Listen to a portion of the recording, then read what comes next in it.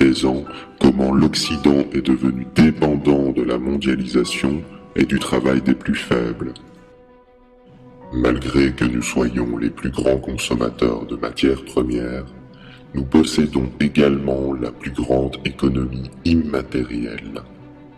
Grâce à la mondialisation et au pétrole bon marché, l'économie matérielle s'est délocalisée au point où la presque totalité des objets présents dans nos domiciles viennent d'ailleurs, généralement d'Asie. Une grande partie de l'économie du Nord est donc devenue immatérielle. On parle d'une économie d'intelligence ou de service. Certains secteurs de cette économie sont indispensables, comme l'éducation, la santé ou l'aide sociale. D'autres, par contre, le sont beaucoup moins. Prenons le cas de Wall Street, qui versera quelques 144 milliards de dollars de rémunérations diverses cette année, à brasser du vent. Bien sûr, nous produisons encore certains biens matériels chez nous, mais des secteurs comme l'agriculture, dont le rôle est vital pour la survie de l'humanité, sont en crise et résistent mal à la concurrence mondiale. De plus, les métiers manuels sont très mal perçus en société. Les paysans sont considérés comme stupides, sales, arriérés. L'économie immatérielle, quant à elle, ne cesse de croître au fur et à mesure que les villes se remplissent, ce qui accentue une dépendance invisible vis-à-vis du reste du monde productif. Ainsi, une quantité faramineuse d'emplois ne servent strictement à rien, si ce n'est à perpétuer le système lui-même et à combler un chômage potentiellement astronomique.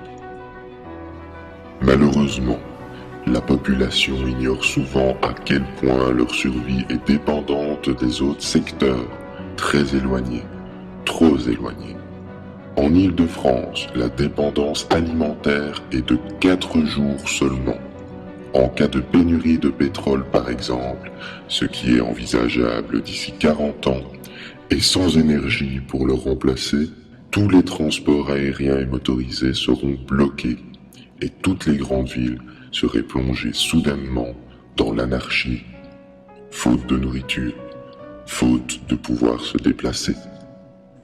Les néolibéraux estiment que l'homme survivra par un effort soudain d'adaptation ou par l'apparition miraculeuse d'une technologie. Mais pourquoi attendre d'être au pied du mur? L'économie et la production de biens de nécessité doivent indéniablement se relocaliser afin que chaque zone géographique puisse acquérir sa souveraineté alimentaire. Enfin, nous savons également que l'argent est créé à partir d'une dette envers du capital. Vous pensiez que les banques prêtaient de l'argent des petits épargnants? Grave erreur. À partir d'un euro réel, les banques peuvent distribuer plusieurs milliers d'euros sous forme de dette. Et d'où vient votre salaire? De cette dette ou d'un capital privé. Pour combler la dette et l'intérêt de celle-ci, tous les agents économiques doivent être en compétition, croître sans cesse et in fine engendrer davantage d'argent-dette pour résorber la dette existante. Il faut travailler plus pour gagner plus, mais surtout pour empêcher la faillite totale du système. C'est une course sans fin, savamment orchestrée, pour enfermer les hommes dans le cycle travail et consommation. Lors d'une catastrophe comme le tremblement de terre en Haïti, il s'est passé la même chose. La Banque mondiale a prêté des centaines de millions. Le pays s'est endetté, les entreprises étrangères se sont installées et la population locale travaille pour rembourser la dette. Le tout est possible grâce à la croissance économique ininterrompue et à la confiance des acteurs en cette croissance. Or, mathématiquement et matériellement, la croissance sans limite est impossible. Premièrement, car nous sommes dépendants de la Terre et de ses ressources. Deuxièmement, car l'homme ne peut pas être pressé indéfiniment. Et troisièmement, car la croissance tend vers l'infini, ce qui la rend de plus en plus insoutenable chaque année. Concrètement, le développement des pays du Sud se fait par leur endettement vis-à-vis du Nord, obligeant ainsi les pays émergents à adopter l'économie occidentale tout en exploitant leurs ressources au bénéfice de l'Occident. C'est une manière d'acquérir des ressources par la ruse sans recourir à la violence. Or, nous savons qu'il est strictement impossible que ces pays consomment comme nous, sans une baisse de consommation volontaire ou forcée de notre part. La Chine est d'ailleurs un des rares pays du Sud à envisager ce problème. Le pays dépense des fortunes dans l'achat de terrains en Afrique afin d'y produire de la nourriture qu'elle puisse importer plus tard. Cette pratique démontre que pour atteindre un niveau de vie occidental, un pays doit nécessairement exploiter la force de travail et les ressources d'autres peuples. Cette situation est paradoxale, car seule une poignée d'individus profite réellement de la situation.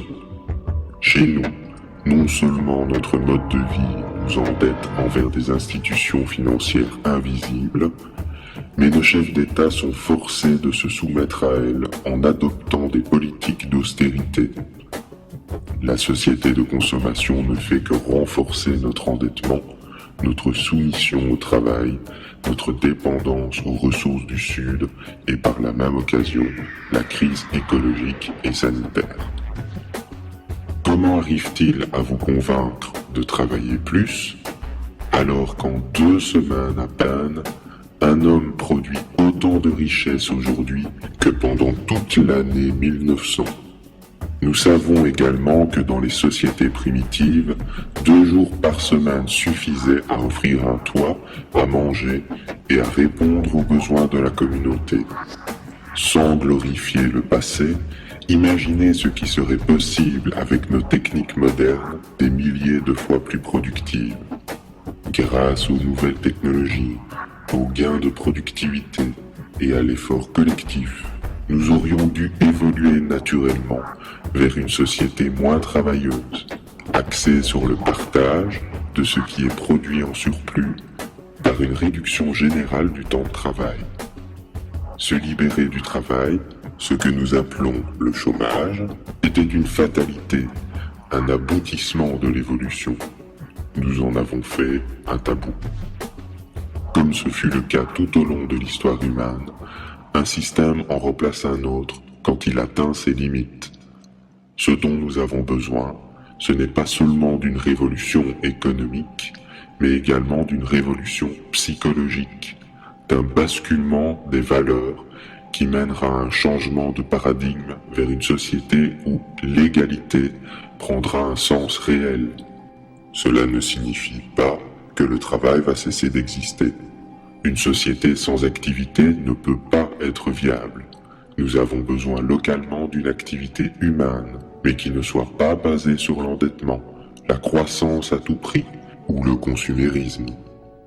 L'activité humaine est essentielle, mais il semble évident qu'une partie de cette activité aujourd'hui est contre-productive en raison de la pression sociale et environnementale qu'elle occasionne.